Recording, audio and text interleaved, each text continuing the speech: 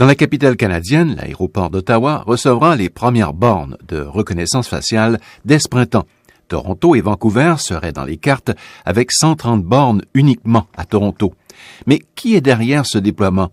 D'où vient l'impulsion? Qui a pris la décision? Vient-elle de pression effectuée par l'Amérique? Beaucoup de questions sans réponse. Et l'Agence des services frontaliers du Canada refuse même de parler des technologies de biométrie utilisées dans les bornes qui seront déployées au pays. De un, nous ne savons pas la justification pour laquelle on a besoin d'avoir cette technologie.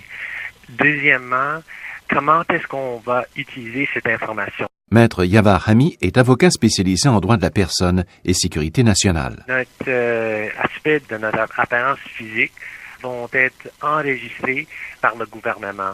Ça va être une procédure dans laquelle les passagers vont pas avoir le choix. Donc, ça va être obligatoire de fournir cette information et cette information, nous ne savons pas comment que ça pourrait être utilisé.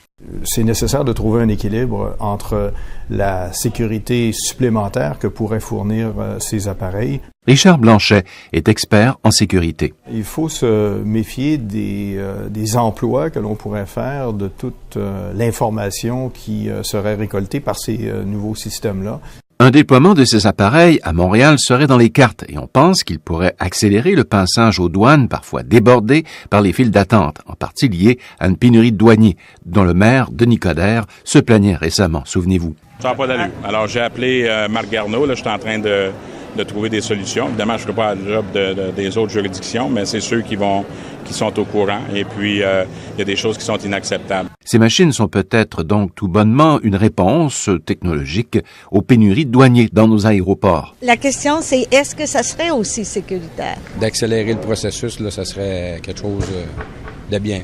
Ça marche bien. Si la technologie est impeccable, mais ça serait bon. Mais le titulaire de la chaire de recherche du Canada en éthique, droit et technologie à l'Université d'Ottawa, Ian Kerr, se demande lui aussi quel est le but réel de la mise en place de ce système automatique et s'il ne s'agit pas d'une façon de théâtraliser la sécurité pour rassurer artificiellement les voyageurs. Well, as you say, there's lots of information we don't know yet at this point, and in many respects, the devil is in those details. Selon Ian Kerr, il y a beaucoup de détails qu'on ne connaît pas.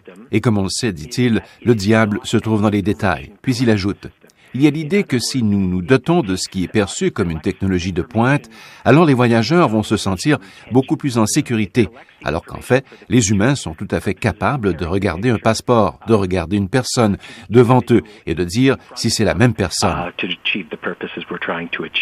Le représentant du syndicat des douaniers au pays presse l'Agence des services frontaliers du Canada d'expliquer le bien fondé du choix de ce système et de mettre en place, à tout le moins, des balises pour protéger les libertés individuelles et la vie privée. On facilite encore le passage des gens, mais on enlève une barrière de sécurité. Et il est là le problème pour nous. Le commissaire à la vie privée du Canada, pour sa part, se dit inquiet notamment du sort des faux positifs de ces voyageurs qui seront constamment ennuyés par les bornes à leur arrivée au pays.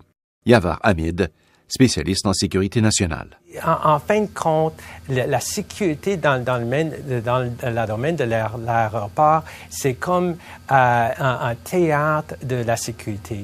Donc, toutes sortes de mesures sont prises. Il n'y a pas de consultation à savoir pourquoi ces mesures sont prises.